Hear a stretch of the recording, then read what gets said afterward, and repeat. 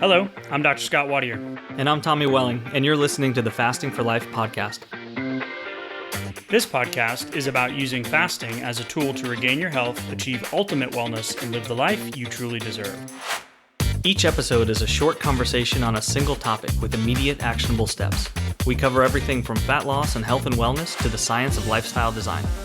We started Fasting for Life because of how fasting has transformed our lives, and we hope to share the tools that we have learned along the way.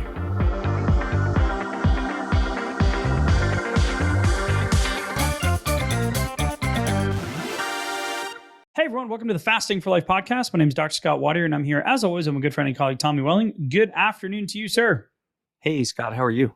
Doing fantastic, my friend. Excited for today's conversation. We're going to be diving in to a little bit different of an article that we've seen, a couple of markers that we've never talked about before. And it's a recent article that was published in April of 2023, so just a couple of months back. And it is intermittent fasting plus early time restricted eating versus calorie restriction and standard care in adults. This is the part that I love. At risk of type 2 diabetes, a randomized control trial. So it's going to be an exciting conversation. We're going to talk about some actionable things and some basic things that you can do to put into your day-to-day efforts when it comes to fasting and adopting a fasting lifestyle. If you are new to the podcast, welcome in and thank you for giving us a shot. If you want to learn more about Tommy, you want to learn more about me, you want to learn more about how fasting has transformed our lives, you can head back to episode 1 and give it a listen. We asked for a little bit of grace because that was a long time ago, 189, 90 episodes and counting, rapidly approaching 3 million downloads. So if you are new, you're joining a movement with some momentum. And if you're an OG, someone that's been listening or part of the Fasting for Life fam for a while now, we appreciate you continuing to listen and like and share, subscribe, review, all of those things that I don't fully understand. But when you do, that tells the podcast world that we are bringing value to the listeners each and every week. And we're just appreciative for you being here with us. So Tommy, as we hop into this article, intermittent fasting plus early time restricted eating versus calorie restriction, the biggest thing that stood out, we had to double and triple and quadruple check our records to be like, wait a minute, have we done this one before? Because by now we've talked a lot about time restricted eating and intermittent fasting and diabetes Versus calorie restriction, right? Yeah. So we're the mediators standing in between calories matter, no insulin matters, no hormones matter, macros matter, right? Yeah. Genetics matter. My food choices matter. Right. Yeah. We're typically swatting all of that stuff away. I like to think that we have a moderate approach when it comes to adapting a fasting lifestyle, right? We could all Angus Barbieri it. And as I said in the coaching group, don't worry, I'll tell you what that means in a second. Inside of one of our coaching calls recently where I was like, listen, if the scale's not moving, then just fast. Just fast. If you stopped eating today and didn't eat for a week, what's the scale going to do? Well, yeah, it's going to move. Right. But is that a long-term sustainable plan? No. Angus Barbieri, longest recorded fast in history, 382 days? 82 days, lost 272 or 4 pounds, completely transformed his life, extended his life. And this was way back in the day before black and white TV. Okay. Fasting's been around for a while is my point. So we had to think, man, have we talked about this article before? And we didn't, because the thing that stood out to me first and foremost was at risk. So these folks were at risk. This was me years before and leading up to when I found fasting standing in your kitchen. I had done some fasting, but I didn't do the fasting that you were doing, and definitely didn't do the fasting that we now recommend or do and talk about on this podcast. Yeah, true. Because the thing for us was we need to regain our health. My numbers were off. I was feeling like crap. I had insulin resistance, didn't even know what that was, didn't even know that was a blood test you could order. My blood pressure was slightly elevated, liver enzymes were slightly off, couldn't really ever get the midsection to shrink. People are like, oh, you must not have been that compliant. No, I was tracking and weighing and hiring world-renowned nutritionists here locally in Houston and having multiple degrees between my wife and I. Just couldn't figure it out. Functional medicine testing, FDNs, you name it. And then came into the picture, well, your blood sugar is normal, but have we looked upstream? Have we looked at insulin? And the answer was no. So I love this study because it talks about the at-risk group. And right now, that is the silent epidemic. The obesity epidemic is real. It's growing literally and figuratively. It is directly linked to increased loss of life, metabolic issues, and cardiovascular and heart disease problems. The cost of care for diabetes right now is incredibly high. And we want you to know that you have a choice. But the at-risk population, which depending on where you look, can be anywhere from 80 to 100 million Americans. Never mind worldwide. So I love that this study is going to look at fasting, and it's kind of fasting. We'll talk about that in just a second. Sporadic fasting. Yeah. Could be better fasting. Could be better fasting. Fasting with room for improvement. There you go.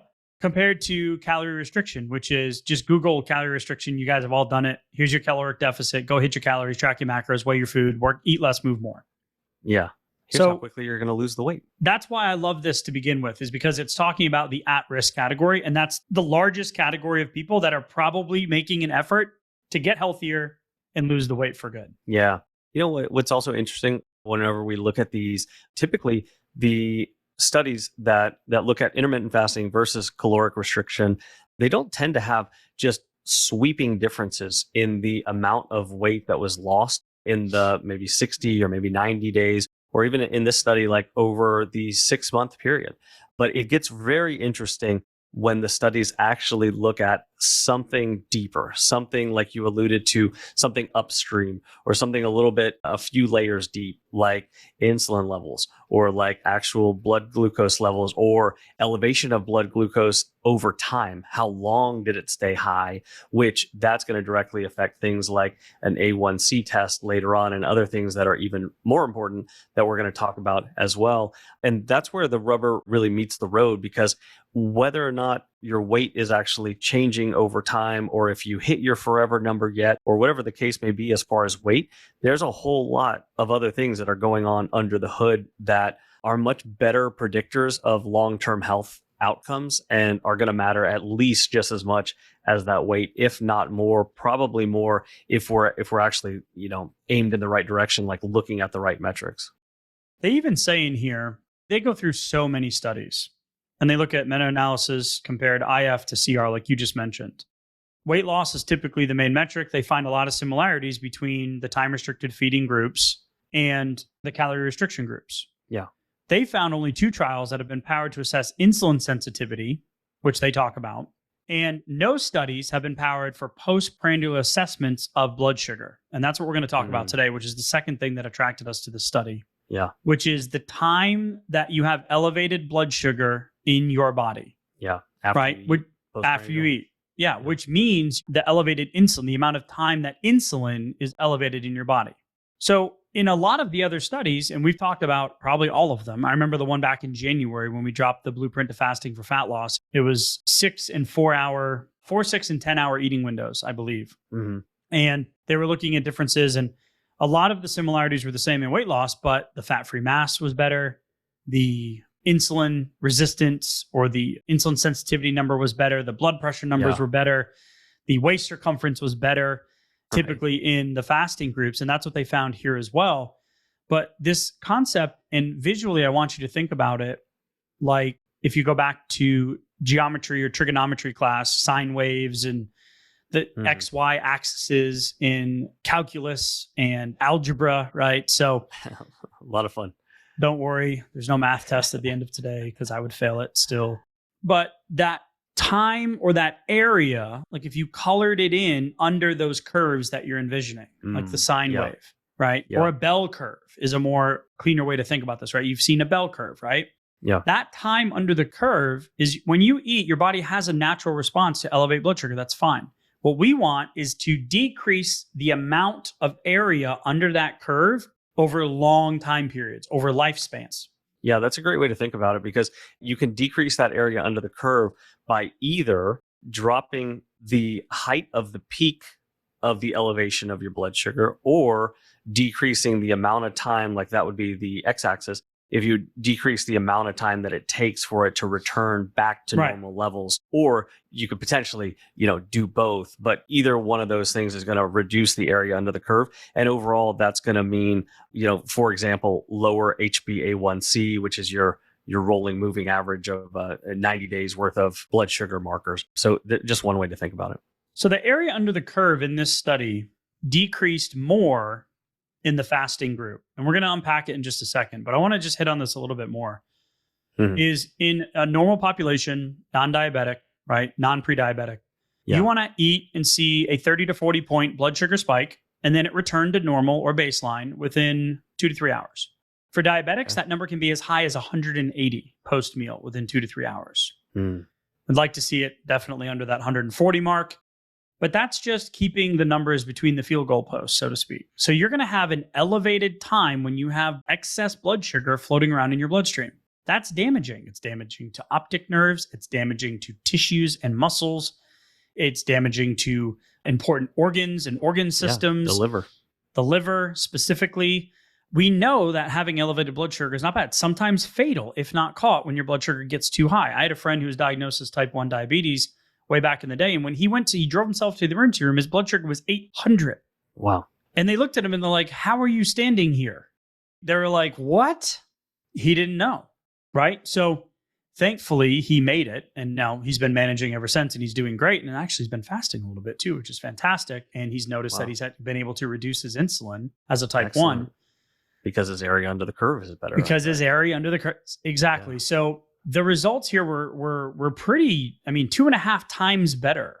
So just imagine that curve being that area under the curve, color it in visually, right? In your mind, that area under the curve being 2.5 times less, which means 2.5 times less insulin being elevated, which means less insulin resistance, which means less potential for cardiometabolic issues and comorbidities and diagnoses and medications and all of the factors that come along with this insulin resistance component. And insulin resistance can be, in very distant terms, synonymous with weight loss resistance. If your body is resistant to losing the weight.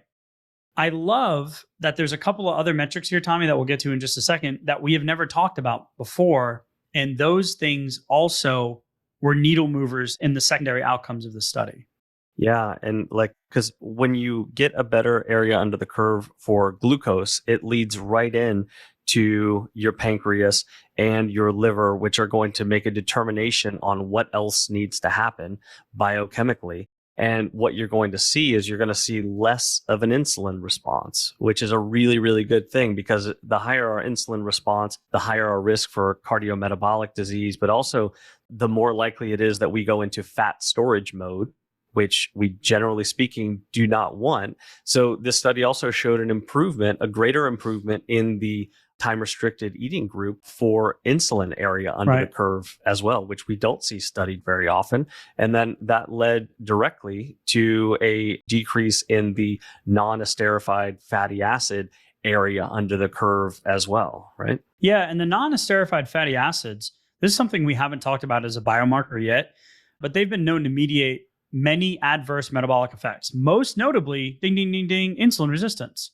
So elevated NEFAs in obesity are thought to arise from an increased adipose tissue mass. So you have this metabolically active, we talked about this multiple times, visceral fat. You have this metabolically active tissue. It's your fat. Your fat is causing you to continue to be fat and struggle with losing the weight, right? Yeah. It's like I picture it like little fat cells with devil ears on it, right? It's argued that the process of fatty acid mobilization from adipose tissue is normally suppressed by insulin itself, becomes insulin resistant. So thus, lipolysis, or the breakdown of fat, is actually further increased. It's hindered, potentially leading to a vicious cycle where you want to see these NEFAs to be decreased over time. And NEFA and obesity insulin resistance, that relationship, right, is still being investigated. But for sure, we know that decreased NEFA is a good thing. And this study is the first one that we've come across to actually show that with, again, room for improvement fasting, right? Yeah. Because you basically, you look at all of these curves and they all kind of like, you have a spike after a meal and then it comes down, but it all matters how quickly things are working, how efficiently they're working to bring these spikes down after the meal. Like this is a really good pulse on how efficiently the system is working. And when we get into like how these studies, or how this study particularly was designed for the fasting, it was definitely very on and off. And so I love the fact that there was basically an equal improvement in weight for both these groups, but then you had the area under the curve substantially improving for the time restricted eating group. And this time restricted eating was just, okay, one day we're going to have 30% of our calories coming in between 8 a.m. and 12 p.m.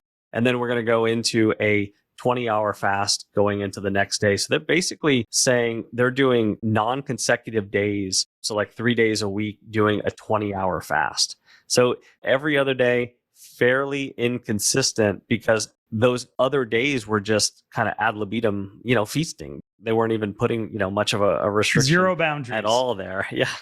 So you could essentially be, buffets open.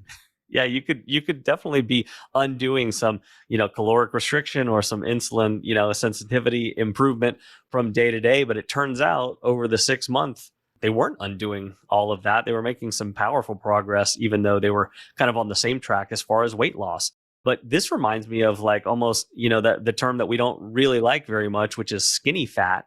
Because if you could be decreasing in weight, but at the same time, if your biomarkers aren't improving, or your insulin resistance is getting worse, or maybe staying the same rather than improving, I'd rather have the weight loss with the biomarker improvement, obviously.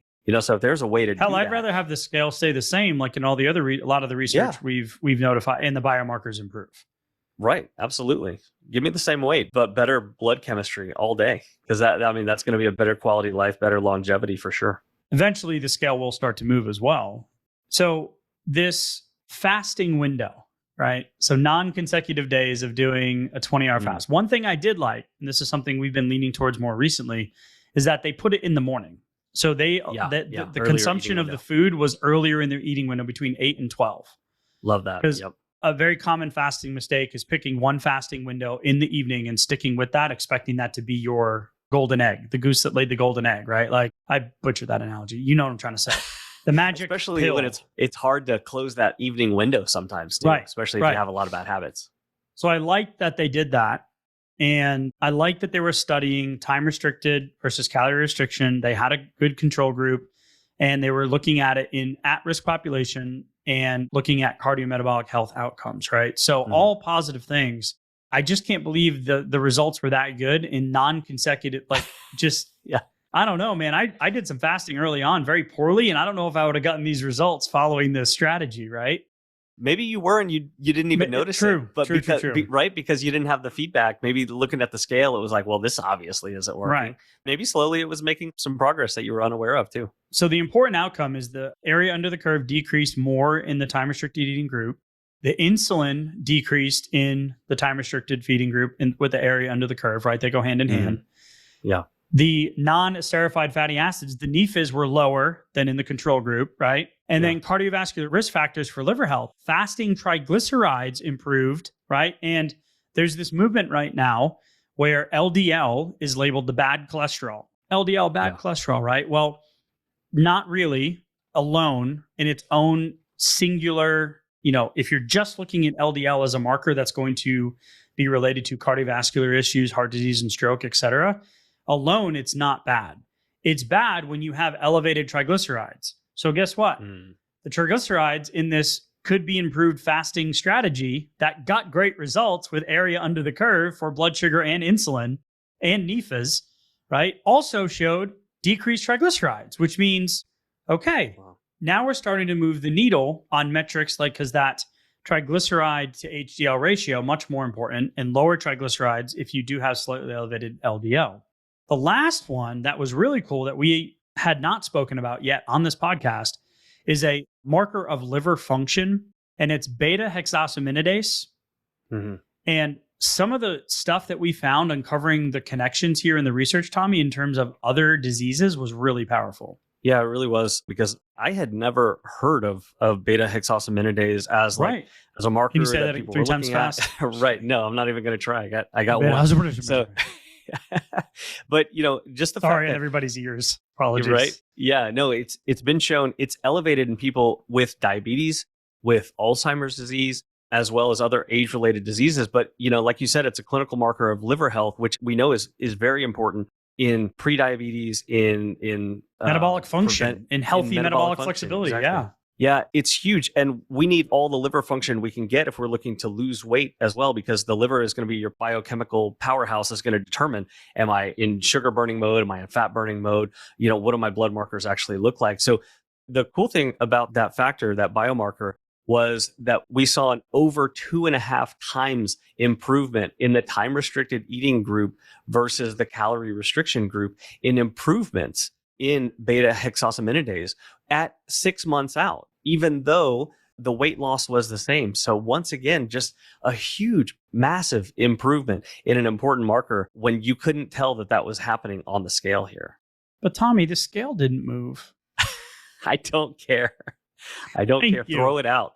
Throw it out. Thank you. Yeah, right. It's So such a I know we're being a little terrible cheeky marker. here, Yeah. but this is part of what it is that we do. Like, you can't do the same thing as everybody else and expect the results to be different. And Yeah. for me, this really hits home with my blood sugar numbers were still within normal range. My fasting insulin was in the low 20s.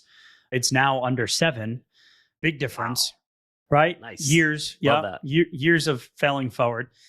But that increased glucose metabolism is what we want. We want that flexibility to be able to enjoy life, eat some of the foods we love, have the date nights and the celebrations and not have to worry about the dang scale all the time. And that's why we feel fasting is so powerful. So we love this study. It talks about a couple of needle movers in terms of metabolic health with NEFAs and beta hexosaminidase and area under the curves and things that we really haven't talked about before.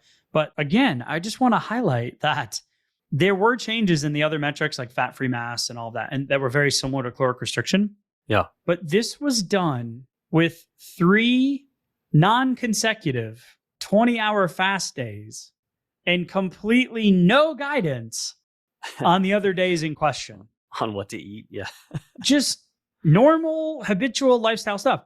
So Yeah. I really like that they did follow-ups here. And there were a lot of similarities in the follow-ups at 12 months. But one thing that did stand out to me is that the calorie restriction group actually showed a better adherence at 18 months.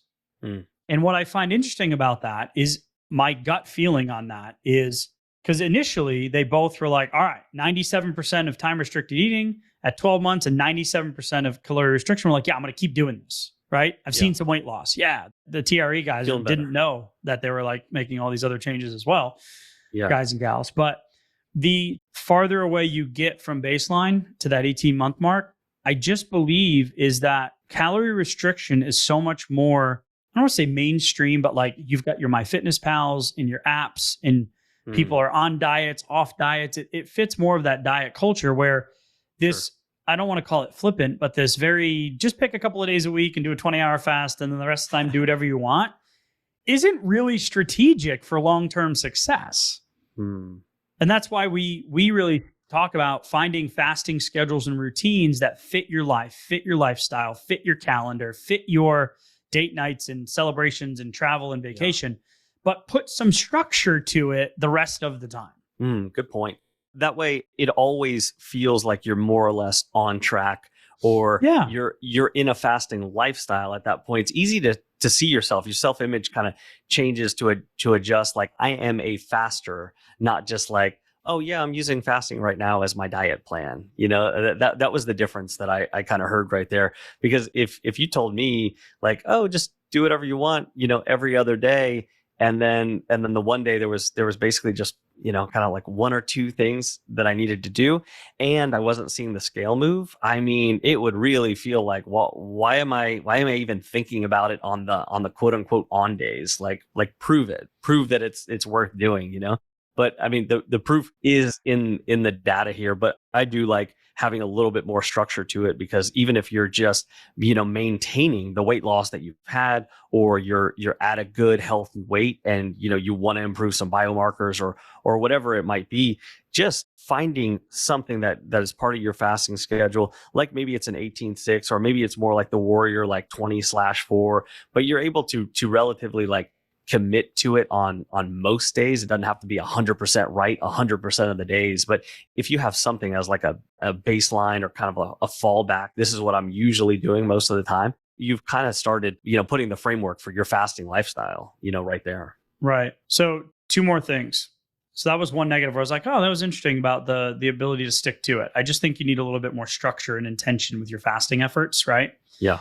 Grab the blueprint to fasting for fat loss in the show notes. We'll give you some structure, give you some ideas. I did notice that cardiovascular risk too. There was a better systolic blood pressure in the time restricted eating. That's something that we hear very often.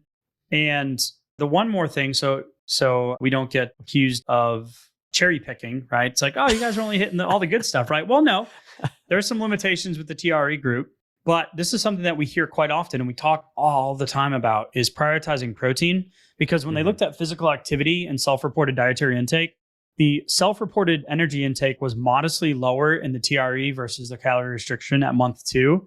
And protein and fiber intakes were also lower. And this is one of those things. So if they were told to only eat 30% of your intake, how many people are just going to eat like a steak? Yeah, true. Like a piece of meat?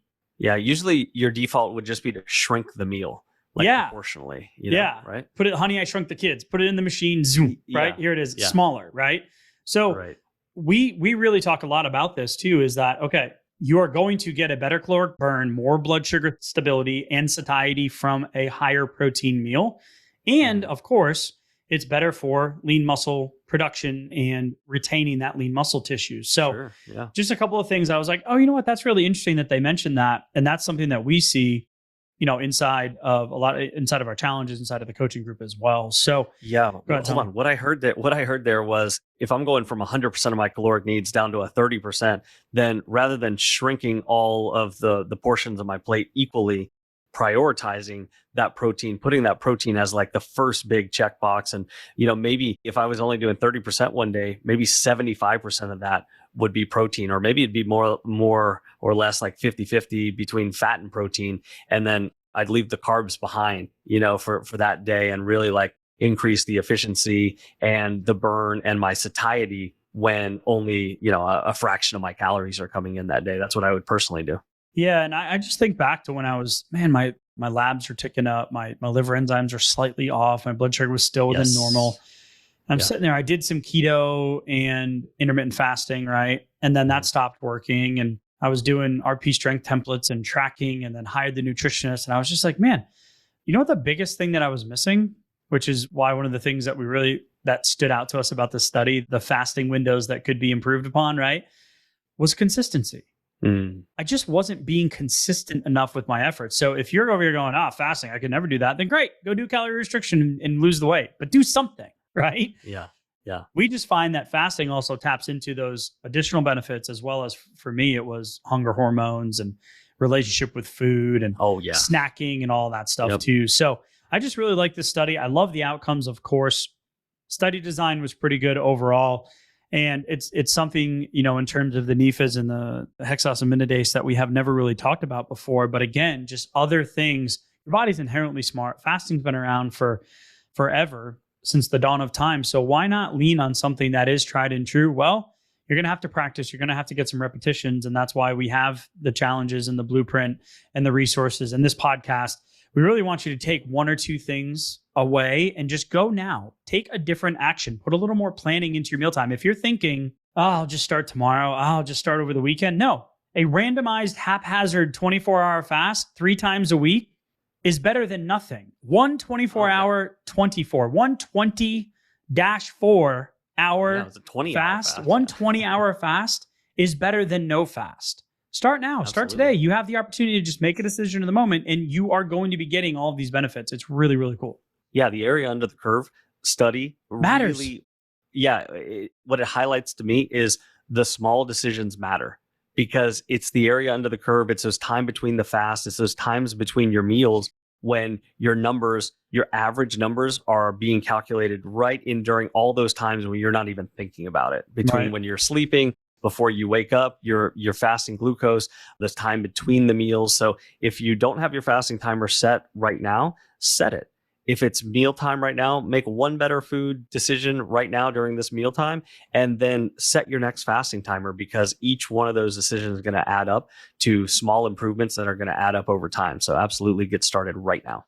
Yep. You're looking for more support, you can head to the show notes, grab the Blueprint to Fasting for Fat Loss, free resource, 20 pages. We're pretty biased, but we think it's pretty good. And then you can also head to the Fasting for Life community. It is our private Facebook group of like-minded fellow fasters, where we break the fasting rule number 1 and number 2, which is don't talk about fasting and don't talk about fasting, because that's all we do in that group is talk about fasting. So come on in. The water's warm. Hope to see you on the inside. Tommy, as always, thanks for the conversation, and we'll talk soon. Thank you. Bye. So, you've heard today's episode, and you may be wondering, where do I start? Head on over to thefastingforlife.com and sign up for our newsletter, where you'll receive fasting tips and strategies to maximize results and fit fasting into your day-to-day life. While you're there, download your free Fast Start guide to get started today. Don't forget to subscribe on iTunes, Spotify, or wherever you get your podcasts.